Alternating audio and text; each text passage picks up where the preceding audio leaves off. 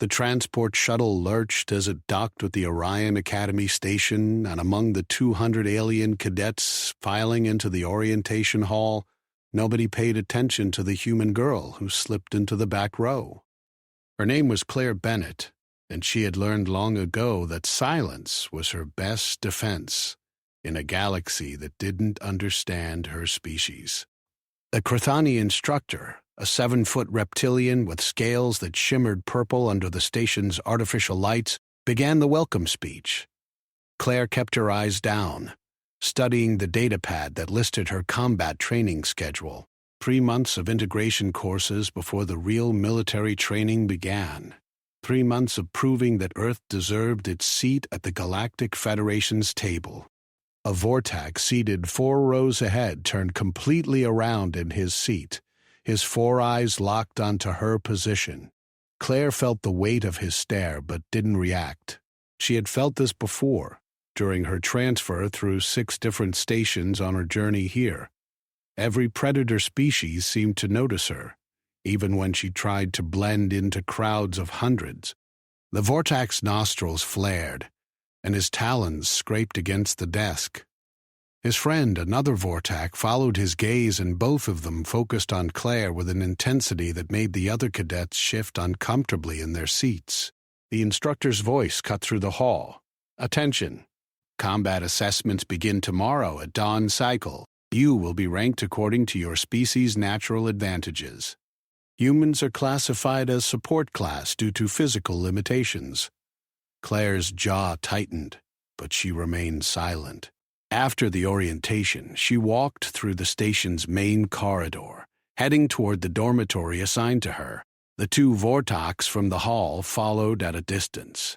They weren't subtle about it. Their heavy footfalls echoed against the metal floors, and other cadets moved aside to let them pass. Claire took a left turn into a secondary corridor, one that led to the cargo bays instead of the dormitories. The Vortax quickened their pace. She could hear their breathing now, deep and anticipatory. They thought she was lost, separated from the herd. The corridor ended at a maintenance junction. Claire stopped walking and turned around. The lead Vortax grinned, showing rows of serrated teeth. "Little human, you wandered into the wrong section."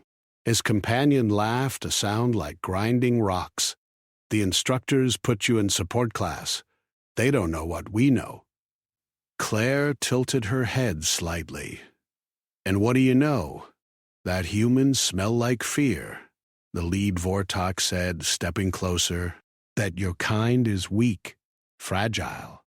We've been studying your species since you joined the Federation. You break easily." Claire's expression didn't change. "You studied us. Did you learn anything useful?" The Vortax lunged. His massive arm swung toward her head with enough force to crush bone. Claire dropped beneath it, her movements so smooth it seemed practiced. She drove her elbow into his knee joint with surgical precision. The Vortax's leg buckled, and before he could recover, Claire's palm struck his throat. He collapsed, gasping. The second Vortax roared and charged. Claire sidestepped, grabbed his outstretched arm, and used his momentum to slam him face first into the wall. The impact left a dent in the metal plating. Both Vortax lay on the ground, conscious but unable to move. Claire knelt beside them. "You studied humans, but you missed something important," she said quietly. "We're not just prey.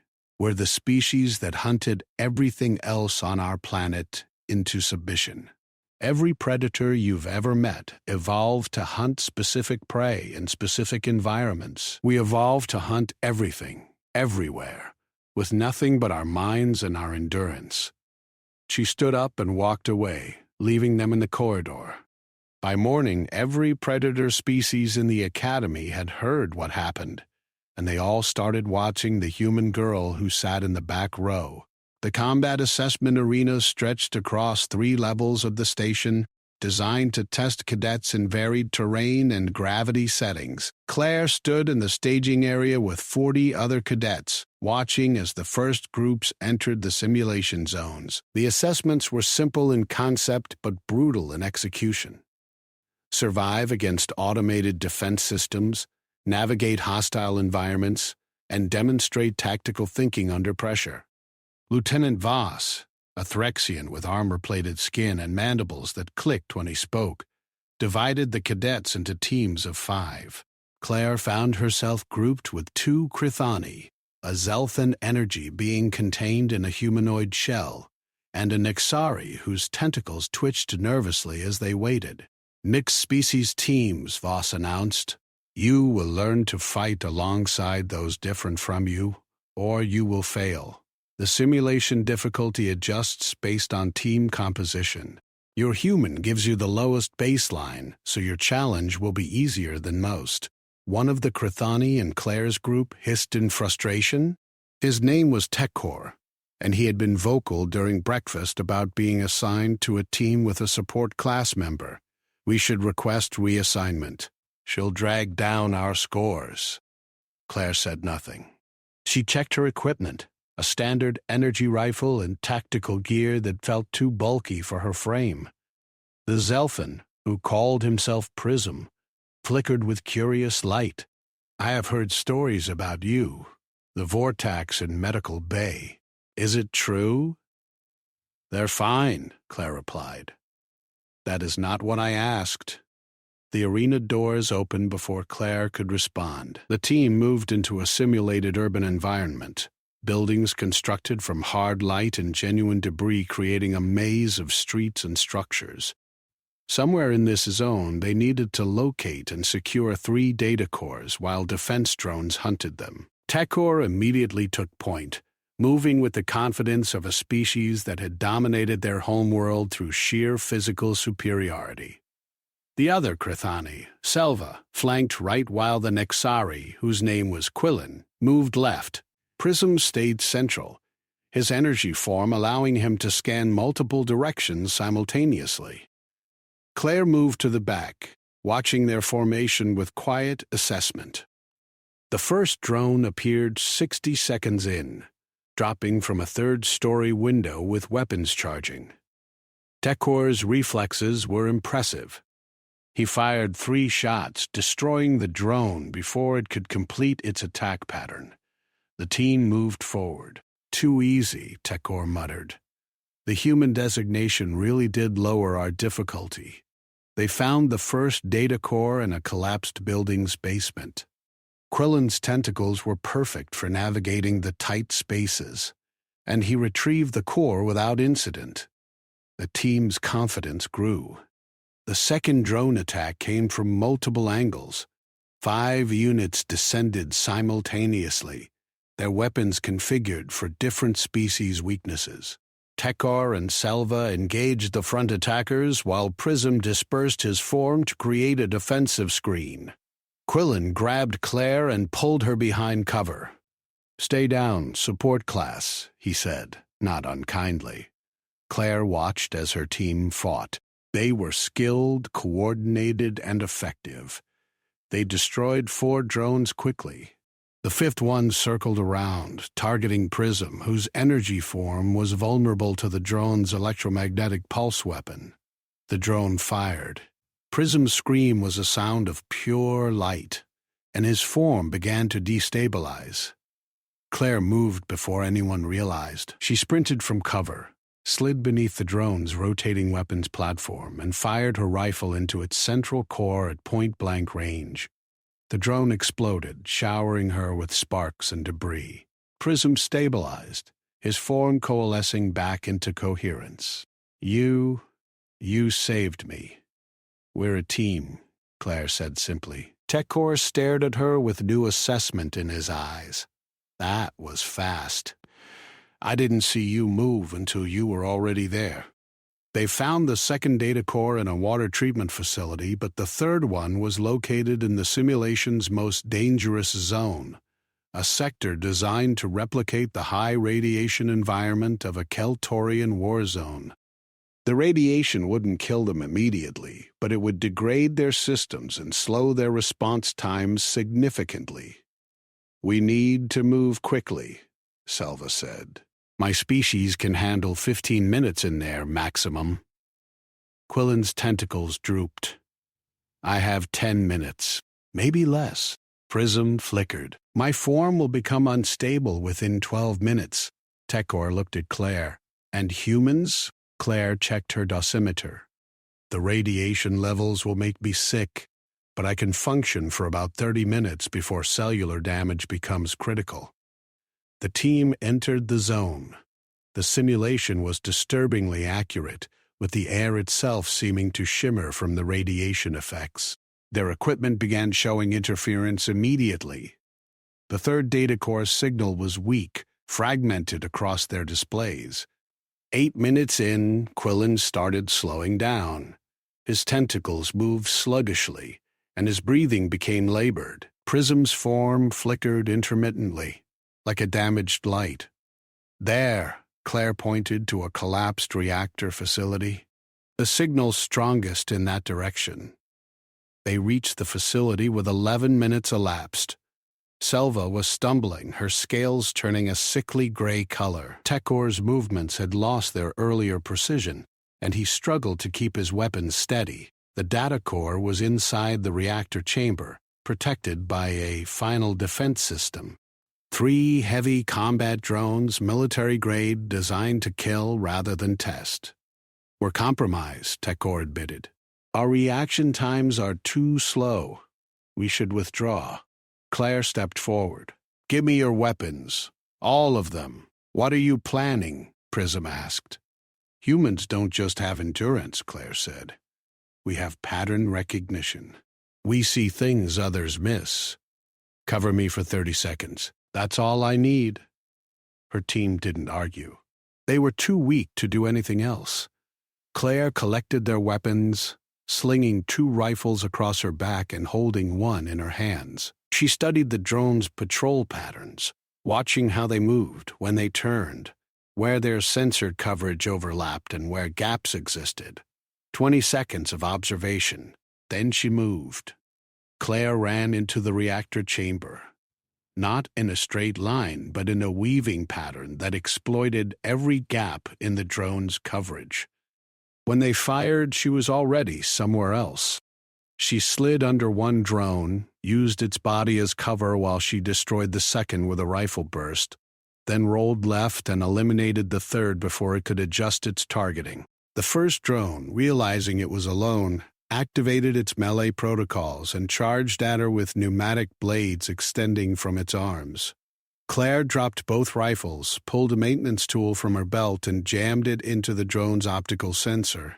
While it was blinded, she climbed onto its back, tore open its access panel, and ripped out its processing core with her bare hands. The drone collapsed. Claire retrieved the data core and walked back to her team, who were all staring at her in silence. Lieutenant Voss was waiting when they exited the simulation. He looked at the team's radiation exposure readings, then at their perfect score, then at Claire. "How did a support-class human outscore every team today?" he demanded. Tekor stepped forward, his voice respectful. "Permission to speak, Lieutenant. The human classification system is wrong. She's not support class. She's something else entirely." Voss's mandibles clicked in what might have been agreement. "Explain." "Every species here evolved with specific advantages," Tekor said. "Strength, speed, natural weapons, energy manipulation. We're specialists, but humans evolved to be generalists. They can't match any single one of our advantages, but they can function in any environment, adapt to any situation, and outlast any threat." While we were failing in the radiation zone, she was still operating at full capacity. While we were slowed by equipment malfunction, she was compensating with raw observation and timing. Voss studied Claire for a long moment. "Is this accurate, Cadet Bennett?" Claire met his gaze. "My species didn't become dominant on Earth through strength or speed. We did it through persistence, adaptation, and pattern recognition. We're not the strongest predator.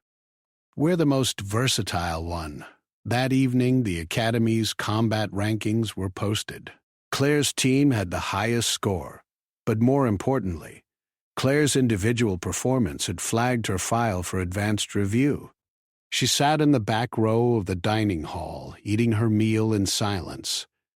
Around her, cadets from a dozen species watched with a new kind of awareness. The Vortox from her first day kept their distance. Several Crithani nodded respectfully as they passed. A Threxian officer approached her table. "Cadet Bennett, report to Commander Strax's office at $20. He wants to discuss your classification." Claire nodded. She finished her meal, cleaned her tray, and made her way through the station's corridors. Other cadets moved aside as she passed, not out of fear, but out of something closer to respect. The galaxy was learning what humans really were, and Claire Bennett, the quiet girl who sat in the back row, was teaching them. Commander Strax's office occupied an observation deck overlooking the training sectors, where hundreds of cadets practice combat maneuvers in zero-gravity environments. The commander himself was a veteran Keltorian, a species known for tactical brilliance and a warrior culture that spanned 3,000 years. His exoskeleton bore scars from conflicts Claire had only read about in history files.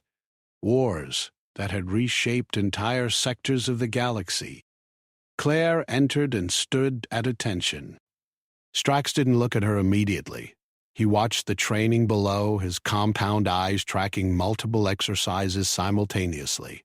"Do you know what concerns me most about your species, Cadet Bennett?" Strax finally asked. "No, sir. You're unpredictable. Every species in the Federation has established behavioral patterns. The Vortax are aggressive but honor-bound. The Crithani value strength and directness.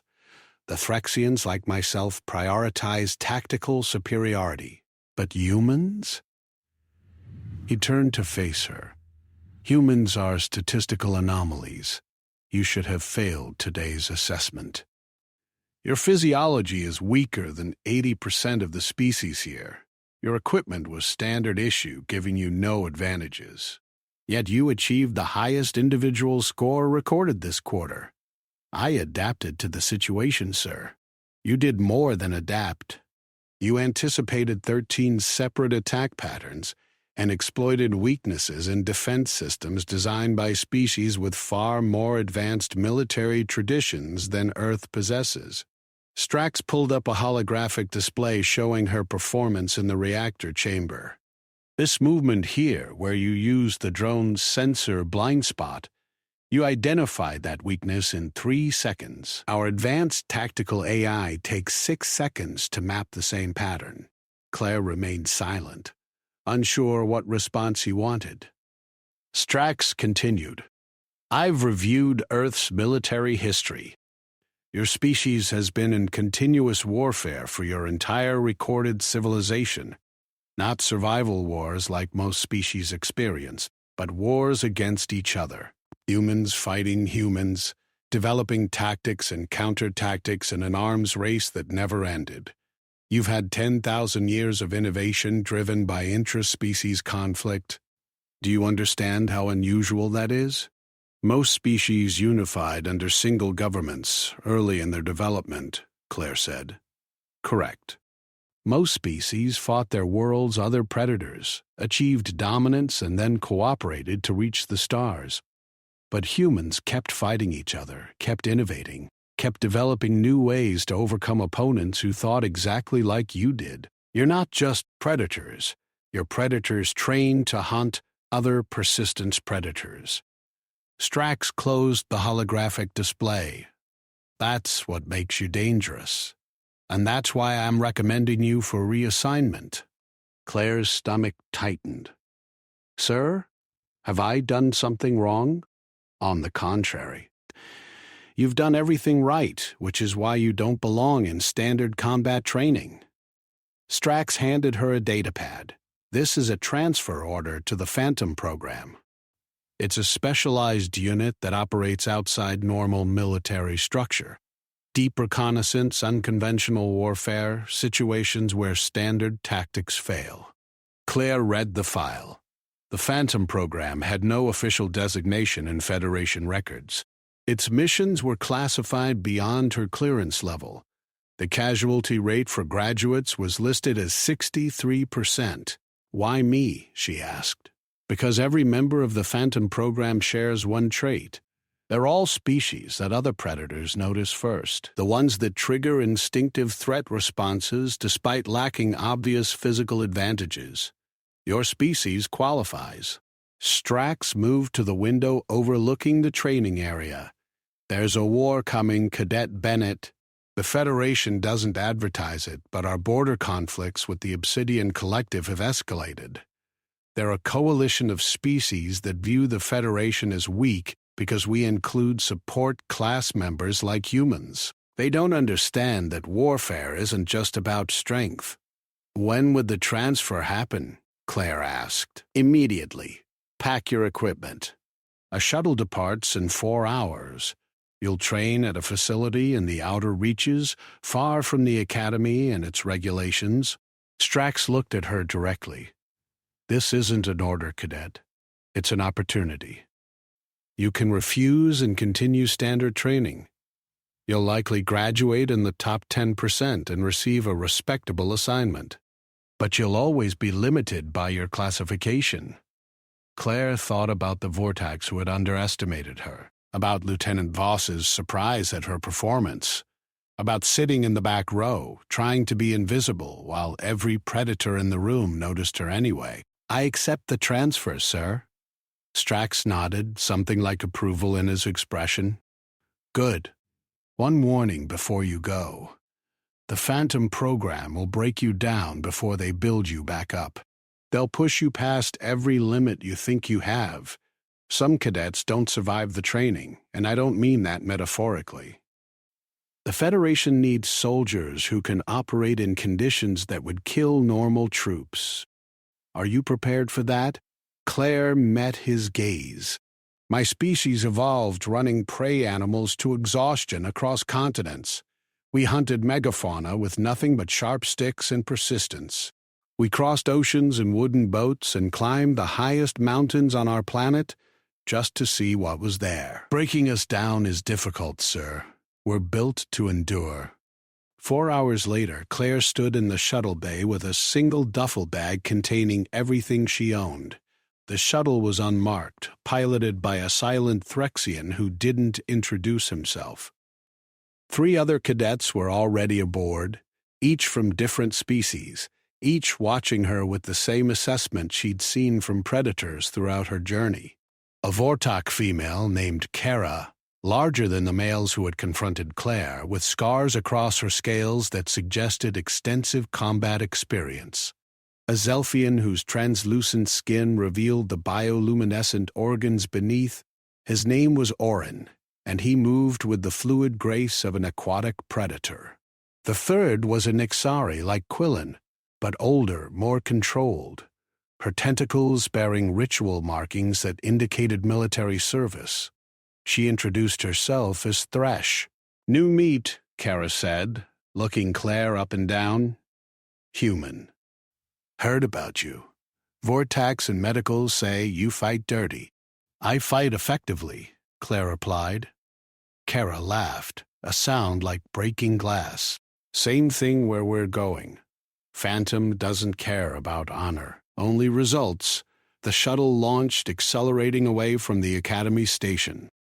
Through the viewport, Claire watched the facility shrink into the distance. She thought about her team, about TechCore's grudging respect and Prism's gratitude. She thought about the quiet acknowledgement from other cadets as she'd packed her equipment. First time in deep space? Orin asked. His voice had a musical quality, each word resonating at multiple frequencies. First time this far from Earth, Claire admitted. Earth, Thresh said thoughtfully. I researched your world when humans joined the Federation.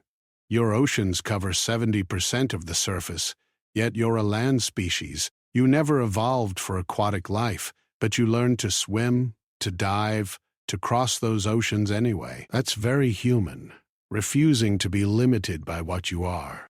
Is that why you researched us? Claire asked. I research all species that make other predators uncomfortable. It's a useful skill in our line of work.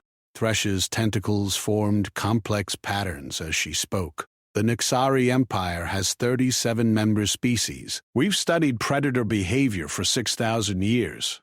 Humans are fascinating because you don't fit any established category. You're persistent predators with pack-hunting instincts, tool users with pattern recognition abilities that exceed most sapient species, and you possess an endurance capacity that seems almost supernatural. We just don't give up, Claire said. Precisely. And in the Phantom program, that's worth more than strength or speed or natural weapons. They'll teach you to weaponize what you already are. The shuttle journey took 3 days, traveling through sectors Claire hadn't known existed.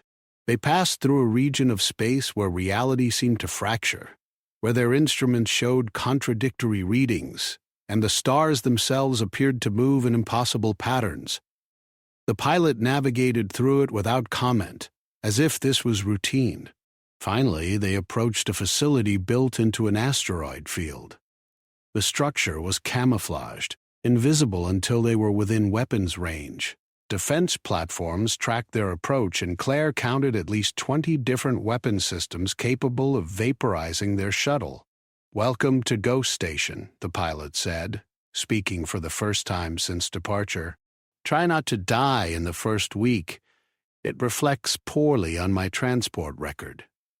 They docked in a bay that was surprisingly sparse. No decorations, no identifying markers, just functional space designed for efficiency. An officer was waiting, a species Claire didn't recognize. His body was humanoid but composed of what looked like living metal, his face featureless except for optical sensors that glowed with cold blue light. "I am Instructor Forge," he said, his voice synthesized and emotionless. "You are the latest candidates for Phantom classification. Current survival rate for this training cycle is projected at 40% based on your psychological profiles. You will undergo 3 months of intensive conditioning, followed by 6 months of field training in hostile environments. Those who graduate will be assigned to operations the Federation officially denies exist." Kara shifted her weight. "What if we decide to leave?" "You can't. The moment you accepted transfer, you became ghosts in the Federation's records. You no longer officially exist. You will graduate, die in training, or spend the rest of your lives in containment for security reasons. There is no fourth option." Forge gestured toward a corridor. "Your quarters are assigned. You have 1 hour to store your equipment and report to Training Level 3. We begin immediately." The quarters were small, functional, with bunks designed for different species' physiological needs. Claire's section had normal gravity, while Orin's was partially flooded and Thresh's had adjustable pressure systems.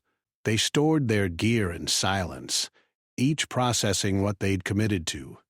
When they reached Training Level 3, they found 20 other cadets already assembled. Every species Claire recognized as dangerous, the ones other predators noticed first. 2 more Vortax, several Threxians, a species covered in crystalline armor that refracted light, and something that looked like animate shadow with glowing eyes. Instructor Forge stood before them. Lesson 1.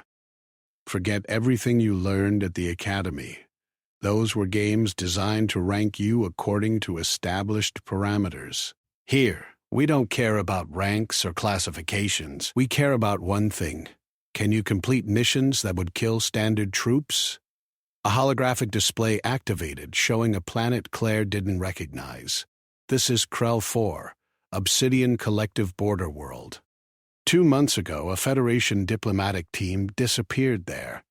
Standard military response would be a fleet action, open warfare, thousands of casualties. Phantom response is 4 operators inserted covertly. Locate the diplomats, extract them, and leave no trace of Federation involvement. Success rate using conventional tactics, 12%. Success rate using Phantom methodology, 60 seconds, 8%. One of the Threxians raised a claw. What's the difference in methodology?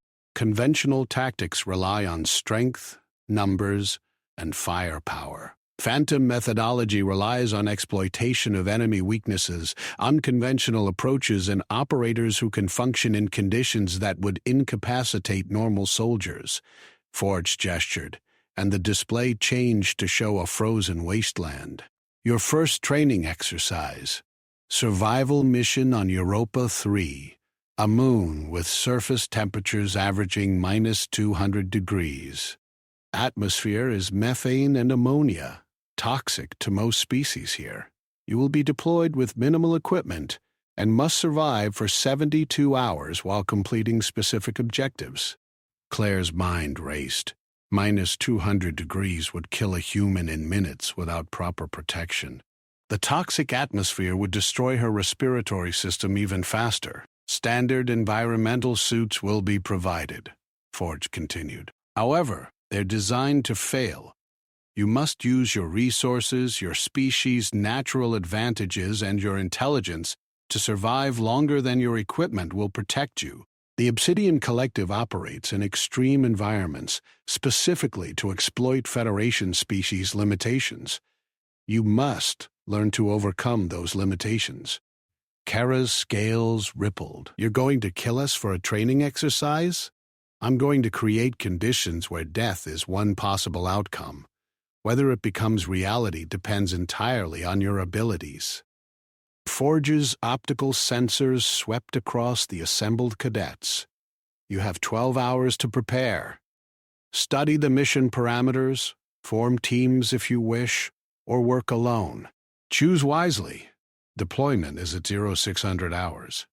The cadets dispersed, some immediately forming groups, while others like Claire retreated to study the mission files.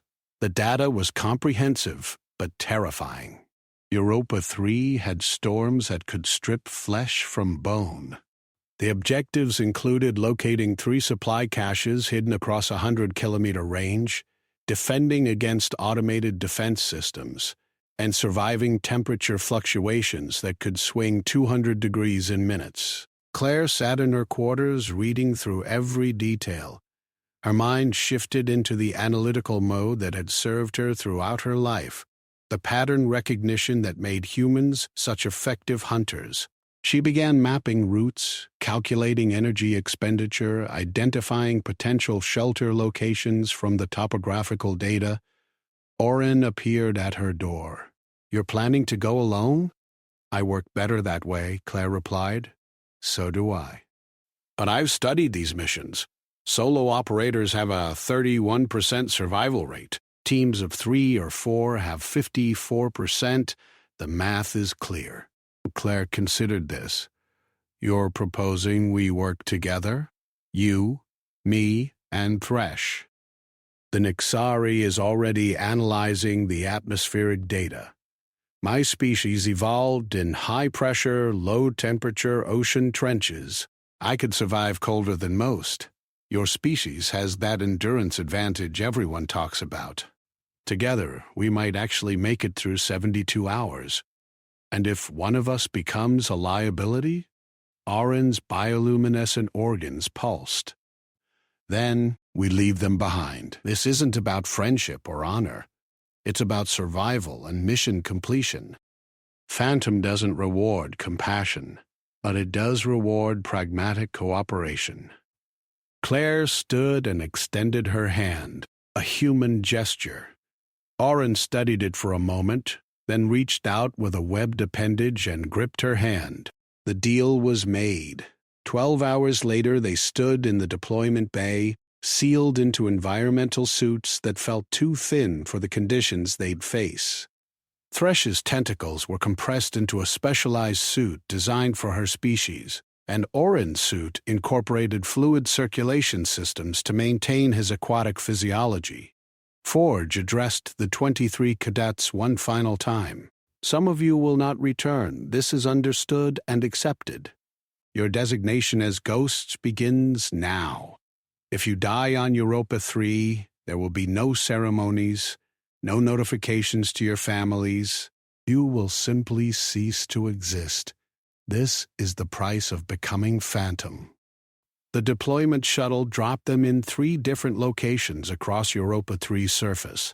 Claire's team landed in a valley between ice formations that reached hundreds of meters into the toxic sky. The temperature reading on her suit display showed -193 degrees. Suit integrity at 100%, Thresh reported. Estimating functional duration, 14 hours before critical systems failure. They had 72 hours to survive. The math was brutally simple. They needed to find solutions that their equipment couldn't provide. Claire looked across the frozen landscape and smiled. This was what humans did best, finding a way to survive when the odds said they shouldn't. The first supply cache was located 8 kilometers north, according to the coordinates Forge had provided. Claire's team moved across Europa 3's surface in a formation that Thresh had designated as optimal for their mixed species composition. Orin took point, his aquatic heritage giving him superior navigation in the low visibility conditions created by methane storms. Claire maintained center position, using her suit's scanning equipment to monitor their environment. Thresh brought up the rear, her tentacles manipulating a portable data terminal that tracked their life support status and environmental threats. The ice beneath their feet wasn't like Earth ice. It was frozen methane mixed with ammonia compounds, creating a surface that shifted and cracked unpredictably. Claire's suit boots had magnetic grips, but they were designed for metal surfaces, not this alien terrain. She stumbled twice in the first kilometer before adjusting her gait to a wider, more stable stance. Temperature dropping, Orin reported. -207 degrees. Storm front approaching from the east. Claire checked her suit display. The environmental protection was already degrading faster than projected. How long until the storm hits? 17 minutes. We need shelter. The landscape offered little protection. Ice formations rose around them, but they were hollow structures, fragile enough that the storm winds would shatter them. Thresh extended her tentacles, scanning the ice beneath their feet with ground-penetrating sensors built into her suit. "There's a subsurface cavity 90 meters ahead," she said. "Depth approximately 12 meters. It might provide adequate protection." They reached the location and found a crevasse barely wide enough for their suits. Claire went first, rappelling down into darkness that her suit lights barely penetrated. The cavity was larger than expected, a bubble in the ice created by some geological process she didn't understand. The walls were smooth, almost organic in appearance. The storm hit before Thresh completed her descent. The sound was like nothing Claire had experienced, a screaming roar that vibrated through the ice itself. Wind speeds exceeded 300 kilometers per hour, carrying particles of frozen methane that acted like microscopic shrapnel. Claire watched through the crevasse opening as the surface above became a blur of violence. "Suit integrity compromised," Orin said suddenly. "My left arm seal failed. Temperature breach in progress." Claire moved immediately. She pulled emergency repair gel from her suit's utility pack and applied it to Orin's damaged seal. The gel expanded on contact with the extreme cold, creating a temporary barrier. But temporary was the operative word. "That won't hold for more than 3 hours," Thresh observed. "Then we complete the mission faster," Claire replied. The storm lasted 47 minutes. When they emerged from the cavity, the landscape had changed completely. Ice formations that had marked their route were gone, replaced by new structures created by the storm's fury. Their navigation equipment struggled to recalibrate. First supply cache should be within 2 kilometers, Thresh said, studying her terminal. But the storm altered the topography. The coordinates may no longer be accurate. Claire looked across the transformed terrain, her mind processing patterns in the ice formations. Humans had evolved to recognize patterns, to track prey across changing landscapes, to find water sources in deserts where everything looked the same. This was just another kind of tracking. There, she pointed to a formation that stood slightly taller than the others. Supply caches would be placed at elevated positions to remain accessible after environmental changes. That's the highest point in a 3-kilometer radius. They found the cache exactly where Claire predicted. It was a sealed container designed to withstand Europa 3's conditions, containing high-energy nutrient packs, a portable heating unit, and spare seal repair gel. Oren immediately used the gel on his damaged suit, applying it properly this time. Suit integrity restored to 87%, he reported. Claire checked her own suit. 73% integrity, with 9 hours of functional time remaining. They'd been on the surface for 5 hours. The math was getting worse. Second cache is 23 kilometers southwest, Thresh said. But there's a complication. The route passes through a defense grid that activated when we retrieved this cache. Automated systems designed to simulate Obsidian collective perimeter security. The defense grid became visible as they approached, energy barriers marking a kilometer-wide zone that they needed to cross. Sensor towers tracked movement, and Claire could see weapon platforms positioned at strategic intervals. This wasn't just a survival test anymore. It was combat training disguised as environmental challenge. Standard approach would be to find gaps in the coverage, Oren said. Move slowly, avoid detection. Claire studied the pattern of the sensors. That would take hours we don't have. And the defense system is designed by species that think in terms of stealth and patience. They expect us to try avoiding detection. What's the alternative? Thresh asked. We do what humans do best. We adapt the environment to our needs, instead of adapting ourselves to the environment. Claire picked up a chunk of methane ice, roughly the size of her helmet. The sensors track movement and heat signatures, but they're calibrated for living organisms, not environmental debris. She threw the ice chunk into the defense grid. The nearest sensor tower tracked it, locked on, and a weapon platform fired, vaporizing the ice in a flash of energy. The system then reset, cycling through its detection protocols. 7-second reset time, Claire calculated. Enough to cover 20 meters if we move at maximum speed. Oren's bioluminescent organs pulsed with what Claire was learning to recognize as his species' expression of disbelief. I want us to use the grid's own reactions against it. We throw debris, trigger the weapons, use the reset time to advance, then repeat. The system isn't intelligent enough to recognize the pattern until we're through. Thresh's tentacles formed a gesture Claire didn't recognize. This is insane. If our timing is off by even 1 second, we'll be killed. Yes, Claire agreed. But if we try the slow approach, our suits will fail before we reach the second cache. We're already past the point where safe options exist. Now we choose between dangerous options and suicidal ones. They spent 10 minutes gathering ice chunks and planning their route. The defense grid's coverage had gaps, but they were small and positioned to force intruders into overlapping fields of fire. Claire mapped the optimal path, timing each sprint to coincide with weapon resets. Oren went first, his species' reflexes giving him the best chance of surviving if Claire's calculations were wrong.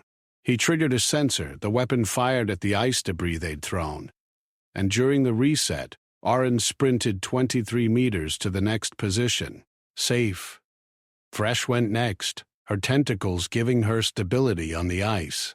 She made it across, though a weapon platform fired milliseconds after she reached cover. The timing was tighter than Claire had calculated. Claire's turn. She picked up the last ice chunk, threw it into the grid, and ran the moment the weapon fired. Her legs pumped, magnetic boots gripping and releasing the ice in rapid succession. She counted seconds in her head, trusting her pattern recognition to guide her. 5, 6, 7. She dove behind cover as the weapon platform swiveled back to its search pattern. The energy beam missed her by centimeters, close enough that her suit registered the heat signature. Suit integrity at 69%, her display warned. They repeated this process 8 more times, crossing the defense grid in a series of calculated sprints that left all of them exhausted. By the time they reached the other side, Claire's suit was down to 54% integrity, and her oxygen reserves showed 4 hours remaining. The second supply cache contained more repair gel, additional nutrient packs, and something unexpected, a data chip with new coordinates. Not for the third cache, but for a priority objective that hadn't been mentioned in the original mission brief. Thresh accessed the chip. It's a rescue scenario. There's supposedly a wounded cadet 3 kilometers east. Equipment failed. Requesting extraction. We're being ordered to provide assistance. It's a test, Claire said immediately. They want to see if we'll prioritize mission completion over helping another cadet. Or it's real, Aaron countered. And someone is dying while we debate? Claire checked her suit status again. With their current supply consumption, they had maybe 18 hours of functional time remaining. Detouring for a rescue would consume at least 6 hours, possibly more. The margin for error was vanishing. What would phantom operatives do, she asked. Thresh's tentacles went still. Phantom operatives would evaluate mission priority versus resource expenditure.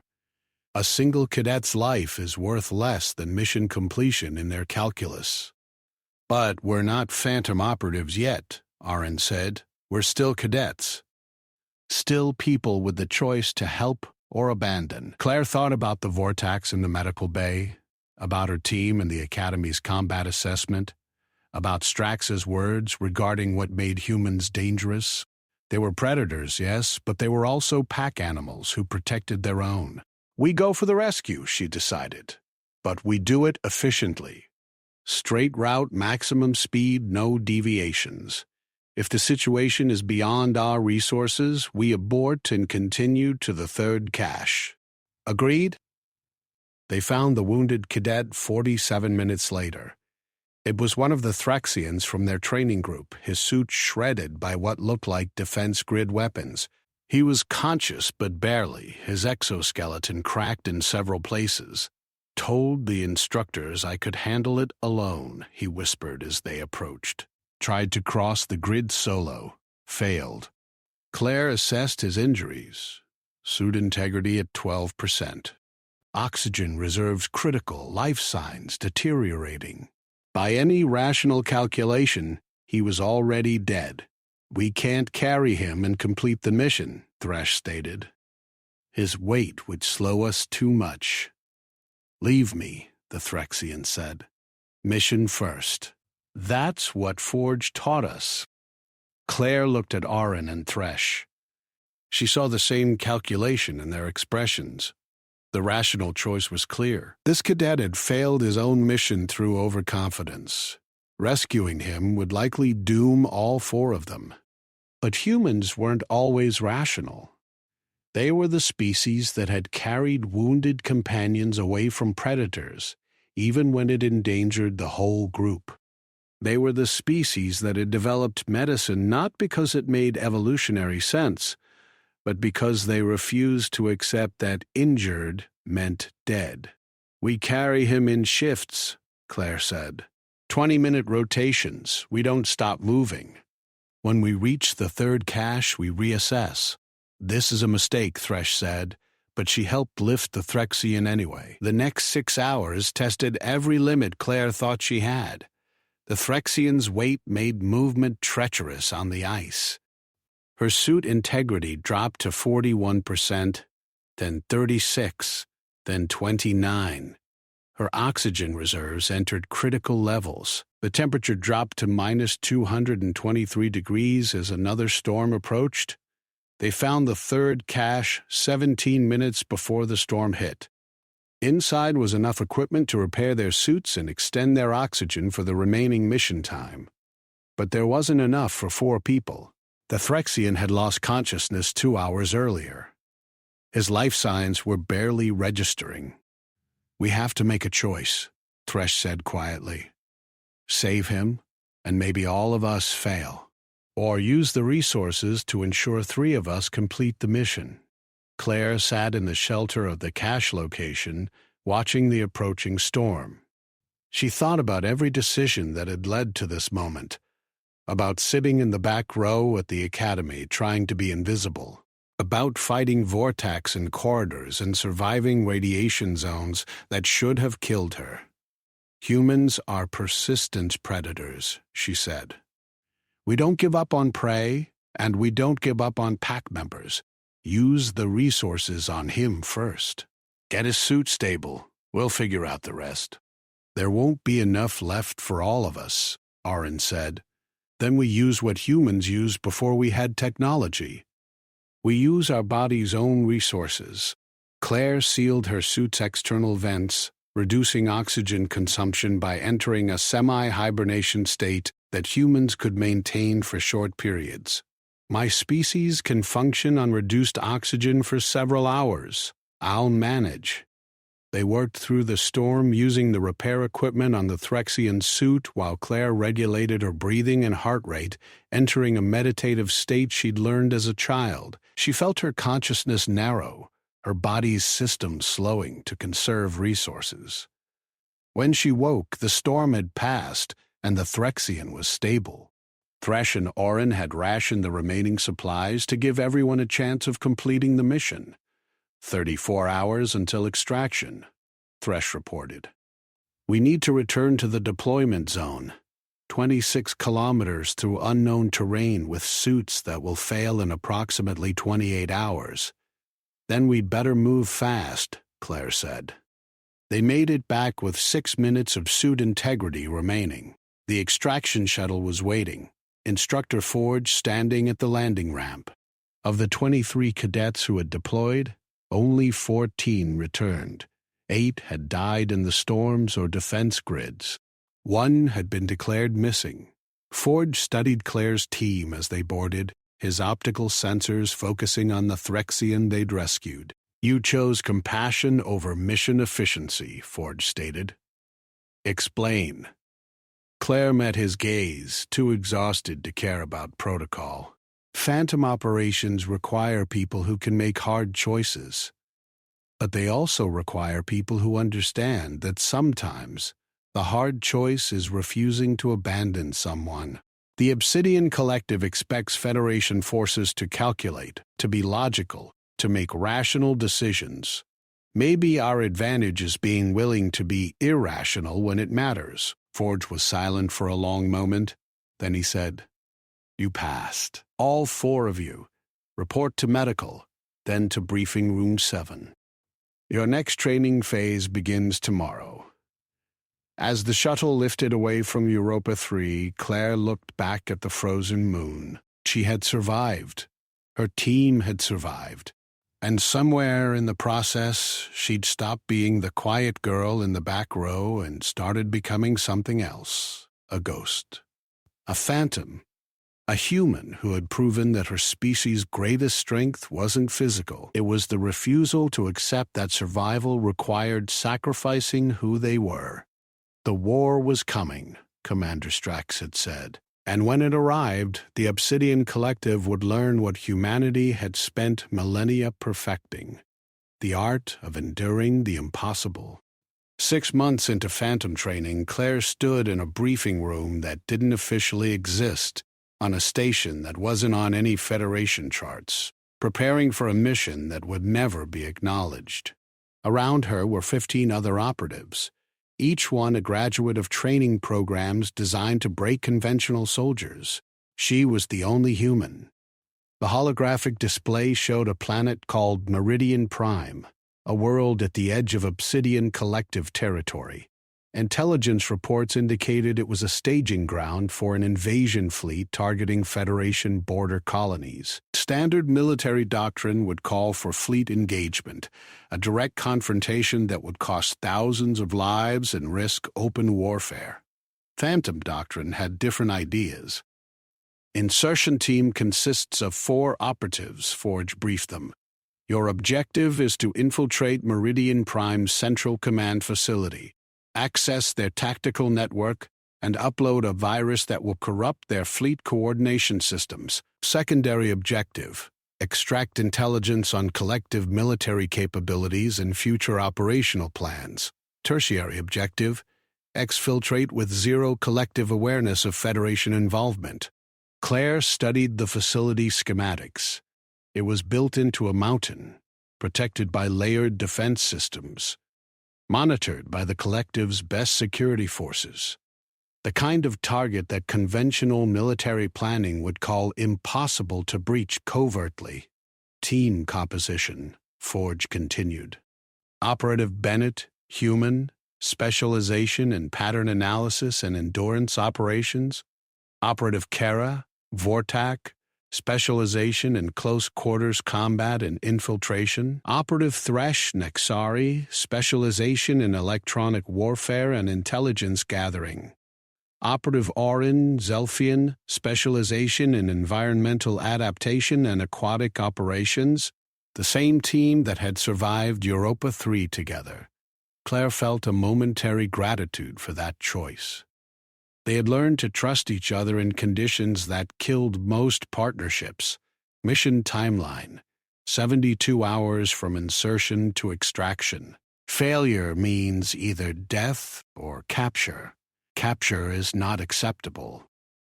You will carry termination protocols in case of compromise.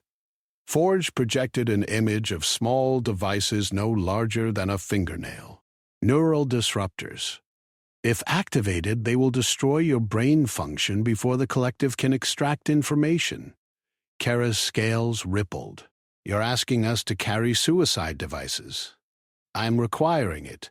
Phantom operatives who are captured become intelligence liabilities. The Federation cannot acknowledge your existence, cannot negotiate for your release, cannot admit you were ever on Meridian Prime. If compromised, you die. This is not negotiable. Claire felt the small device being implanted at the base of her skull during the medical preparation. The sensation was cold, clinical, final. She was truly a ghost now, a person who existed only in classified files that would be deleted the moment she became inconvenient. The insertion shuttle dropped them in Meridian Prime's upper atmosphere at night, using stealth technology that made them invisible to most sensor arrays. They fell for 12 kilometers in specialized drop suits before deploying parachutes made of adaptive materials that shifted to match the night sky. They landed in a forest 40 kilometers from the target facility. Collective patrols in this sector rotate every 6 hours, Thresh reported, her tentacles interfacing with a portable intelligence terminal.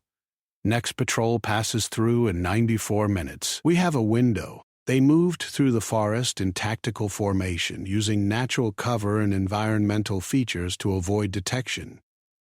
Claire's pattern recognition abilities were essential here, spotting subtle changes in the landscape that indicated sensor placement or patrol routes. Humans had evolved to track prey through forests, reading signs that other predators missed. Those ancient hunting skills translated directly to covert operations. The collective had built their facility assuming attackers would use technological approaches to breach security: energy shields, electronic countermeasures, sensor arrays designed to detect ships and vehicles. But Phantom training taught different methods. Collective security doctrine has a fundamental flaw, Thresh explained as they observed the facility from a ridge 2 kilometers away. They're a coalition of species that all evolved as apex predators. They think in terms of direct confrontation, of strength versus strength. They don't understand the concept of predators who specialize in stealth across generations. Humans had ambush predators on Earth, Claire said. Big cats, crocodiles, snakes. We learned to watch for them, to recognize their patterns. That's what we're doing now. They spend 8 hours observing the facility, mapping patrol schedules, identifying shift changes, noting when security forces were most alert and when attention degraded. Claire recognized patterns in the collective's procedures, moments when gaps appeared in coverage. There, she pointed to a waste processing station on the facility's eastern perimeter. Security considers it low priority because it's handling sewage, but the processing systems connect to the facility's main infrastructure. If Oren can navigate the liquid waste systems, he can access internal areas without passing through checkpoints. Oren's bioluminescent organs pulsed. You want me to swim through alien sewage? I want you to use your species' natural advantages. You can survive in toxic liquid environments. The collective species can't. They won't expect infiltration through that vector. The plan formed through collaboration. Oren would infiltrate via the waste systems, reaching the facility's lower levels and disabling internal sensors. Thresh would then hack into the security network from an external access point, creating false readings that would hide the team's movement. Kara and Claire would enter through a maintenance entrance, reach the command center, and upload the virus. Simple in concept, suicidal in execution. Oren entered the waste processing station at midnight local time, disappearing into toxic sludge that would have killed most species within seconds. His species had evolved in ocean trenches where the water pressure could crush steel and the chemical composition would dissolve organic tissue. Alien sewage was merely unpleasant. Claire monitored his progress through encrypted communications, listening to his calm reports as he navigated through pipes and filtration systems.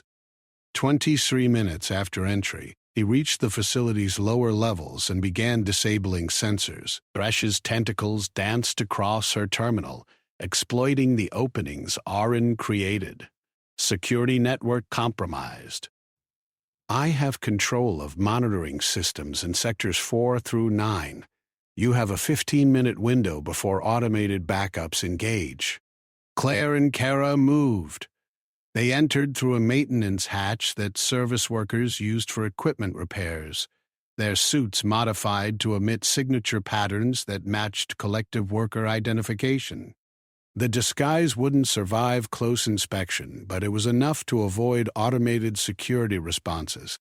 Inside, the facility was larger than the schematics suggested. Corridors stretched in multiple directions, each one monitored by security systems that Thresh was manipulating in real time. They passed 3 guard stations without being challenged, Claire's analysis of patrol patterns letting them move through gaps in coverage. The command center was located on the facility's 8th sublevel, protected by biometric locks and armed guards. Getting past the locks required Thresh's hacking skills. Getting past the guards required Kara's combat expertise. The Vortak moved with lethal efficiency.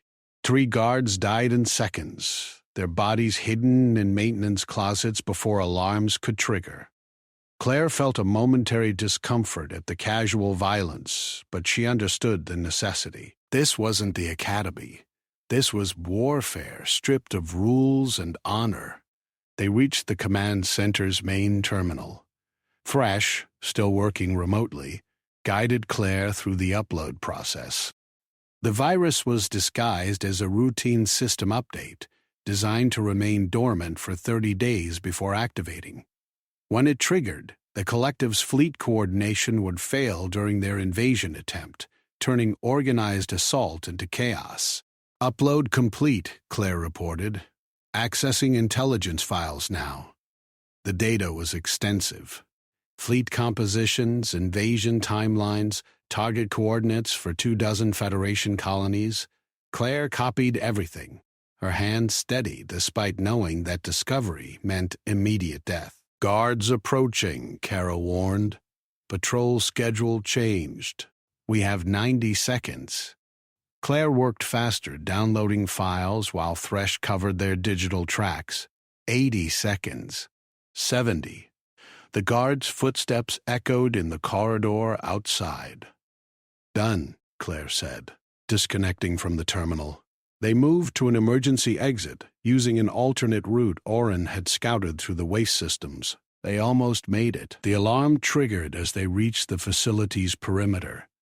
Not because they'd been detected directly, but because automated systems had discovered the dead guards. The entire facility locked down in seconds. Blast doors sealing, defense systems activating, searchlights flooding the exterior grounds. "Exfiltration route compromised," Thresh reported. "All exits sealed, collective forces mobilizing." Claire's mind raced through options. Standard extraction was impossible. The shuttle couldn't approach without being destroyed by air defense systems. They were trapped inside a military facility with thousands of collective soldiers. Forge's mission parameters said zero collective awareness of Federation involvement, Claire said. "That means we can't leave evidence we were here." "How do you propose we do that?" Kara asked. "They know something breached security. They'll search until they find us, unless they think the security breach was something else." "Thresh, can you trigger the facility's reactor warning systems?" "Yes, but that would require actual reactor instability. I can't fake sensor readings that detailed." Claire pulled an explosive charge from her equipment pack. "Then we create real instability. Small detonation in the cooling systems, nothing catastrophic but enough to force evacuation protocols. During the chaos, we leave with the evacuating personnel." "That's insane," Oren said through their communications link. "Evacuating personnel will be screened.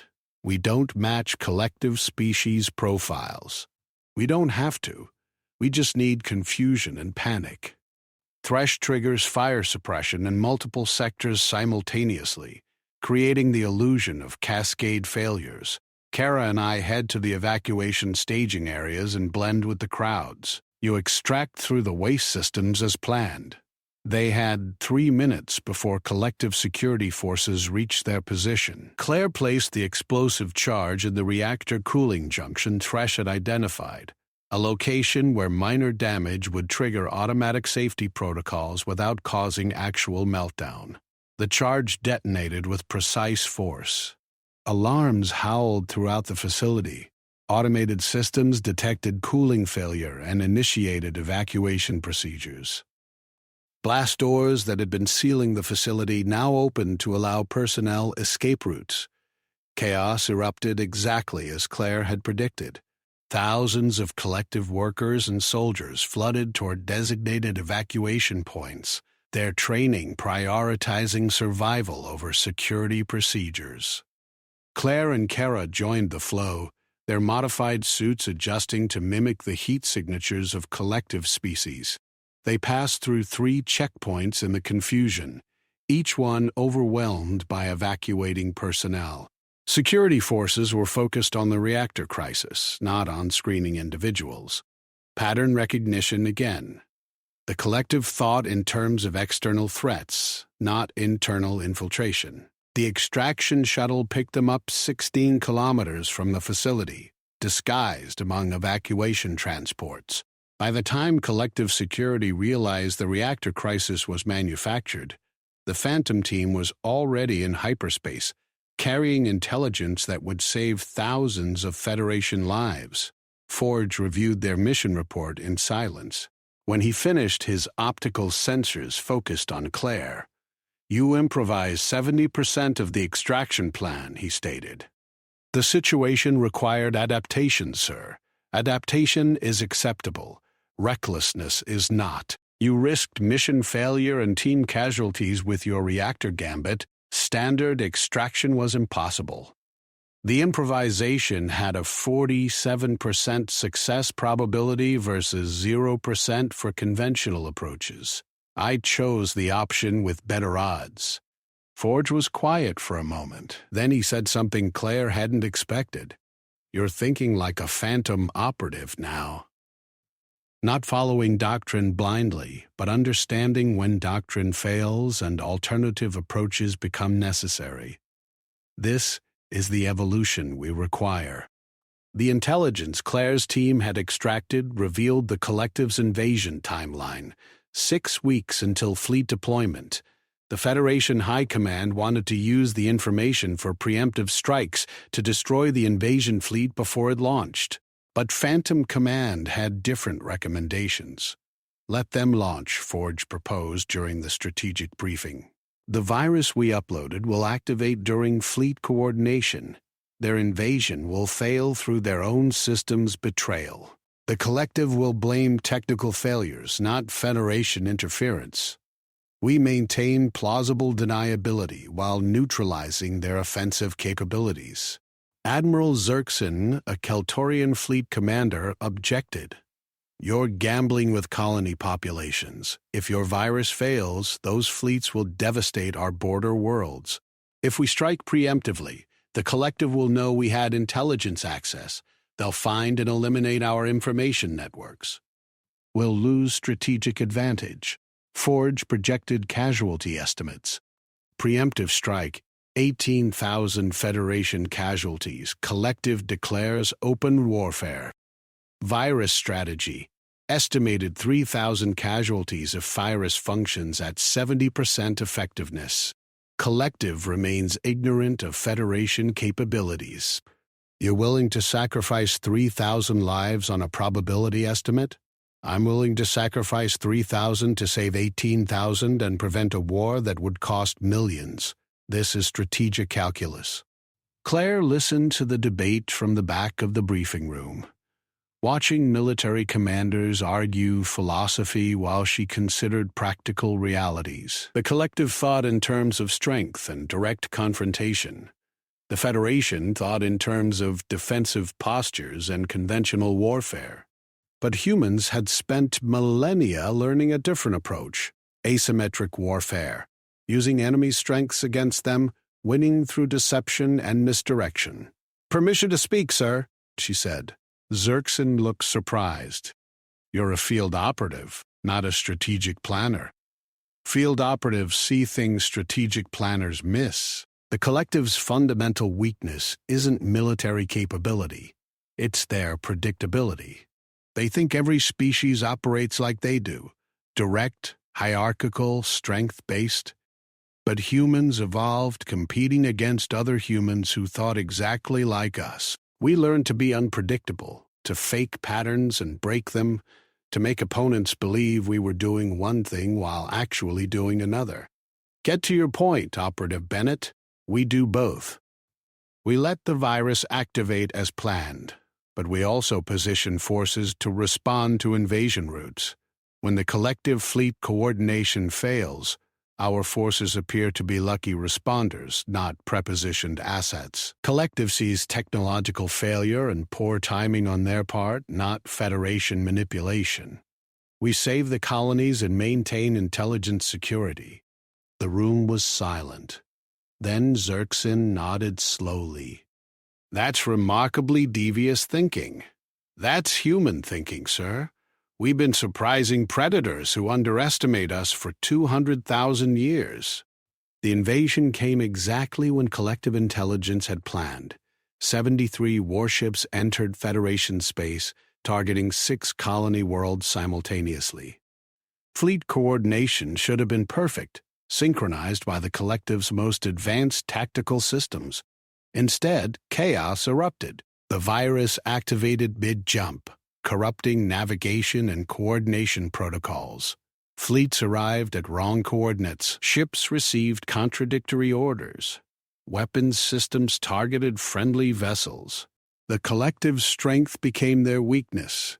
Their rigid hierarchies and central coordination made them vulnerable when that coordination failed. Federation forces, positioned according to Claire's recommendations, engaged the disorganized fleets. What should have been catastrophic invasion became defensive victory. Collective casualties exceeded 12,000 ships. Federation losses numbered fewer than 800. And most importantly, collective intelligence had no idea why their systems had failed so catastrophically. 3 weeks after the failed invasion, Claire received new orders. She was being promoted to Phantom Team Leader, assigned her own operational unit. The orders came with a personal message from Commander Strax. "You were right about human unpredictability being an advantage. The collective is still trying to understand what happened during the invasion. Their best analysts can't comprehend how their perfect systems betrayed them so completely. This is your species' gift to the Federation, the ability to think in ways that other predators can't predict. Use it well." Claire stood in her quarters, looking at the promotion orders, thinking about the journey from Academy back row to Phantom Team Leader. She had spent her life being noticed by predators who saw her as prey. Now she was the predator they should have feared all along.